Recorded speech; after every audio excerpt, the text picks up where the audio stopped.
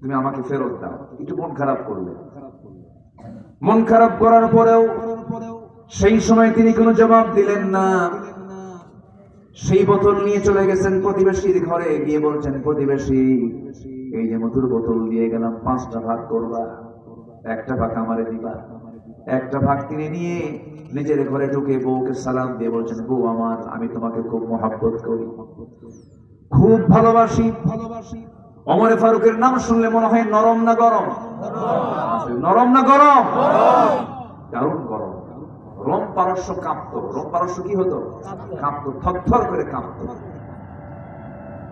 এত বড় দাপুটে নেতা ছিলেন তিনি। তার নাম শুনলে পরে রোম পারস্যের লোকগুলো থরথর করে কাঁপতো।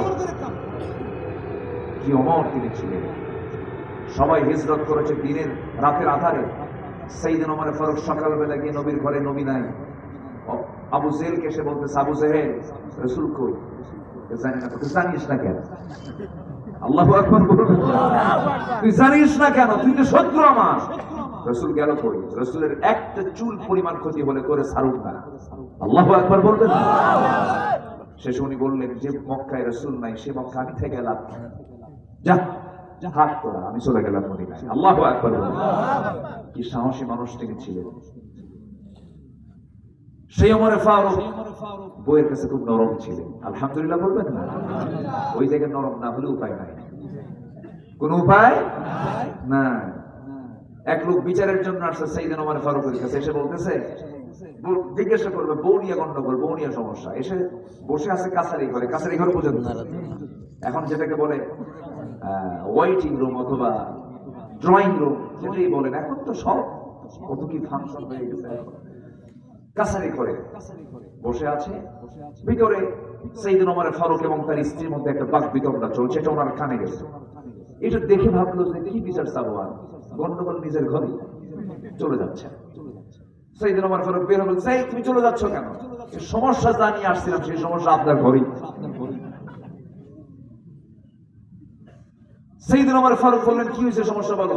আমার বউয়ের সঙ্গে আমার গন্ডগোল, এসে দেখে আপনার বউয়ের সঙ্গে আপনার গন্ডগোল, আপনি কি করবেন? সাইয়েদনা ওমর ফারুক বললেন, শোনো, আমার নাম শুনলে তোমার কি মনে হয়? গরম। আমার নাম শুনলে পরে আমার নাম শয়তান পর্যন্ত আসে না কাছে। যে ওমর এত গরম, সে ওমরকে ওমরের বউ এত কিছু বলছে, ওমর কোনো জবাব দিছে না। তুইও কিছু বলিস না, যা। যেরকম সুবহানাল্লাহ। স্বামী স্ত্রীর সমাধান স্বামী স্ত্রী করতে হবে, ঠিক কিনা? এই সমাধান অন্য কাউকে ঢুকাবেন, জটিলতা কমবে না বাড়বে? কমবে না বাড়বে? সমাধান দুজনকে নিতে হবে এবং ধৈর্য ধরতে হবে বেশি। স্ত্রীকে না স্বামীকে? আস্তে আস্তে বউরে দায়িত্ব দিচ্ছে। বলেন কে দায়িত্ব নেবে? বলেন বেশি ধৈর্য ধরবে কে? স্বামীকে ধৈর্য ধরতে হবে। আমার নবীজিও কি ম্যানেজ করেছেন দেখেন। আমার নবীজির একাধিক স্ত্রী ছিল। যার বউ বেশি তার দায়িত্ব বেশি, তার বোঝাটাও বেশি। কিয়ামতের দিন যে স্বামী তার একাধিক বউয়ের মাঝে সমতা রক্ষা করবে না, ওই সমস্ত স্বামীকে আল্লাহ রাব্বুল আলামিন হার দেহে কোনো বস্তু থাকবে না, অঙ্গহানি করে কিয়ামতের দিন তুলবেন। বিয়ে একটা করেন, এত সস্তা নয়। খালি কয় বিয়ে একাধিক করার সুন্নাত, কিন্তু ওই হাদিসটা জানে না। যদি কোনো একাধিক স্ত্রীর মাঝে যদি সমতা রক্ষা না হয়, কিয়ামতের দিন ওই সমস্ত স্বামীকে আল্লাহ রাব্বুল আলামিন অঙ্গহানি করে তুলবেন। অঙ্গ থাকবে না, হাত থাকবে, পা থাকবে না, পা থাকবে, হাত থাকবে না। আমার নবীজির 4 স্ত্রী একদিন সামনে বসে রাসূলকে বলছেন, হুজুর আমাদের মধ্যে একটা গন্ডগোল হয়েছে। কি গন্ডগোল? আপনি সত্যি করে বলুন তো, আমাদের 4 জনের মধ্যে আপনি কাকে সবচেয়ে বেশি ভালোবাসেন? বলেন তো। এই প্রশ্ন সহজ না কঠিন? শুধু কঠিন না বড় কঠিন?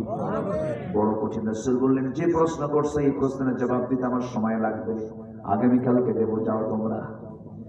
সাইয়েদনা ওমর ফারুক করলেন কি, 8টা খেজুর হাতের মধ্যে নিলেন, 2টা করে খেজুর ভাগ করে প্রথম আম্মা জান আয়েশার ঘরে ঢুকে সালাম দিয়ে বলছেন, আয়েশা আই লাভ ইউ। কি আস্তে কয়? কি বলা জায়েজ আছে না নাই? আসতে বলবেন না, আছে না নাই? রাসূল খুব মজার রাসূল ছিলেন। যুদ্ধের ময়দান। আমি কিন্তু ভাবি যখন আল্লাহু আকবার, বিশ্ব নবী, বিশ্বের চরিত্র তার, আল্লাহু আকবার। উহুদ যুদ্ধ চলতেছে, উহুদ যুদ্ধ, দাঁত ভাঙা রাসূল, 70 জন সাহাবীর শাহাদাত। সে উহুদের প্রান্তরে রাতের বেলা একটু ফুরসত পেয়েছেন, অবকাশ পেয়েছেন, যুদ্ধ থেমে গেছে। রাসূল বলেন, আয়েশা চলো, তোমাকে টাইমই দিতে পারি না, চলো একটু দৌড়ের পাল্লা দিই। সুবহানাল্লাহ, দৌড়ের পাল্লা দিই। আম্মা জান আয়েশা বলেন, আমি রাসূলের সঙ্গে দৌড়ের পাল্লা দিলাম। আমি তো চিকন চাকন, বয়স কম ছিল আমার, এক দৌড়ে রাসূলকে পিছনে ফেলে দিলাম। উনি কি পিছনে ফেলে দিলেন না রাসূল পিছনে থাকলেন? রাসূলকে হারাতে পারে এমন কোন মানুষ পৃথিবীতে আছে? পিছনে পড়ে গেলেন। আমার নবীজি পিছনে পড়ে যাওয়ার পরে আম্মা জান আয়েশার চেহারায় একটা আনন্দ দেখলেন, এটাই হলো হক। এটা কি বলেন? হক। আম্মা জান আয়েশা মুস্কি হাসি মেরে বলছেন, ইয়া রাসূলুল্লাহ, আমি আপনাকে হারায়া দিলাম, কিন্তু এই যে আজকে শেষ হয়ে গেল, আজকের রাত, অনেকদিন পরে ওই মদিনায় একদিন বলছে, আয়েশা ওই যে রাত্রিবেলা একদিন দৌড় মারলাম, পারি না, আজকে দেখি দৌড় মারি। সেই দিন আবার দৌড়ের পাল্লা দিলেন, পর্দার পরিবেশে রক্ষা করলেন, চিত্ত বিনোদন করলেন, দৌড় মেরে সেই দিন হারায়া দিয়া রাসূল বলছেন, আয়েশা ওই দিন যে ওই রাত্রে পরাজিত হয়েছিলাম, আজকে বিজয়ী হয়ে তার জবাবটা দিয়ে দিলাম। জোরে বলেন সুবহানাল্লাহ। কিছু কিছু স্বামী আছে বউয়ের সামনে হাসেও না, মুখ কালো করে থাকে। আছে না নাই বলুন? আছে না নাই বলুন? তো আছে না নাই? যারা হাসে না বউয়ের সামনে, ওদের বউরা মনে মনে এটা মরবে কোন। চিত্ত বিনোদন থাকা উচিত। কিছু লোকই আছে হাসে না, কিন্তু আছে না নাই? আছে না নাই? একটা ছিল ওই যে এক বিচারপতি শামসুদ্দিন, এই কালা কয়েন, কালা তো আল্লাহই বানাইছে। এই বদমাইশ, মানিক তো না, বদমাইশ এটা। এর মুখে আমি কোনোদিন হাসি দেখি নাই, মানে ওর গোটা গা শুধু রাগই শুধু। কি লাভ হলো? 2 বছর আগে আমি আব্দুল্লাহ আমিন আমার নামেও তালিকা করেছি, 116 জন আলিমের তালিকা করেছিল, আমরা নাকি রাষ্ট্রদ্রোহী। আমাদেরকে গ্রেফতার করেছে, জেল খাটিয়েছে, নির্যাতন করেছে, রিমান্ডে নিয়েছে, অসভ্য অসত্য ভাষায় গালিগালাজ করেছে। আল্লামা সাঈদীর মতো মানুষকে একটা চেয়ারের উপরে 3টা দিন 3টা রাত বসে রেখেছে, ঘুম পাড়তে দেয় নাই। এগুলো ভিতরের কথা। আমাকে যে পরিমাণ গালাগাল করা হয়েছে, কোন বৈধ মার সন্তান কখনো এরকম করে ভাষায় কথা বলতে পারে? কোথায় তোরা আজকে? সাতক্ষীরাতে আমাকে ধরা হলো, ধরে মাহফিল শেষ, ধরে নিয়ে চলে গেছে। নির্বাচনের আগ দিয়ে 2018 সালে আমাকে ধরে নিয়ে কোনো কারণ নাই জেলখানায় ঢুকায় দিল, বললো আপনি থাকেন ভিতরে, নির্বাচন হয়ে যায়। কি কথা বলছেন নাই? ধরার উপলক্ষ কি? নির্বাচন হয়ে। ভিতরে ঢুকলাম, ঢোকার অভিজ্ঞতা তো ছিল না। ভিতরে ঢুকলাম, ঢুকে দেখি 85 বছরের এক বুড়া মানুষ সামনে দাঁড়ানো। আমার দেখি লম্বা একখান সালাম দিয়ে বলে, হুজুর আপনি জেলখানায়? খুব খুশি হইলাম। বললাম এটা আবার কেমন কথা? ঢুকলাম জেলে, আপনি খুশি হলেন কেন? বলে যে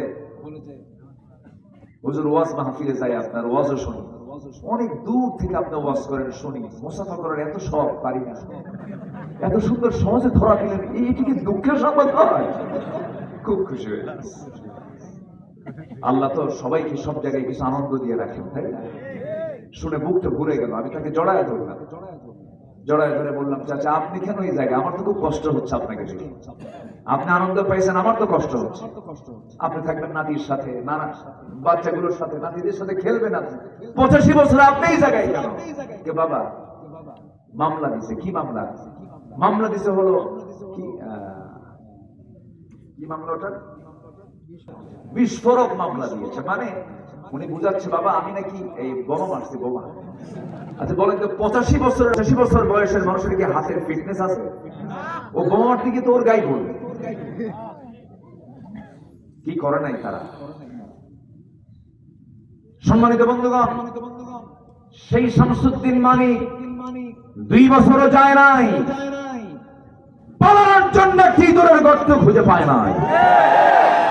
কিসের পাতা? কিসের পাতা?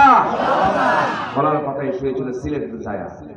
ও যাবে ত্রিপুরা হয়ে দিল্লি, কিন্তু সিলেটবাসী তার খুব আহ্বান করেছেন, খেদমত করেছেন, খুব ভালো খেদমত, বিসি শুদ্ধ আউট করছে।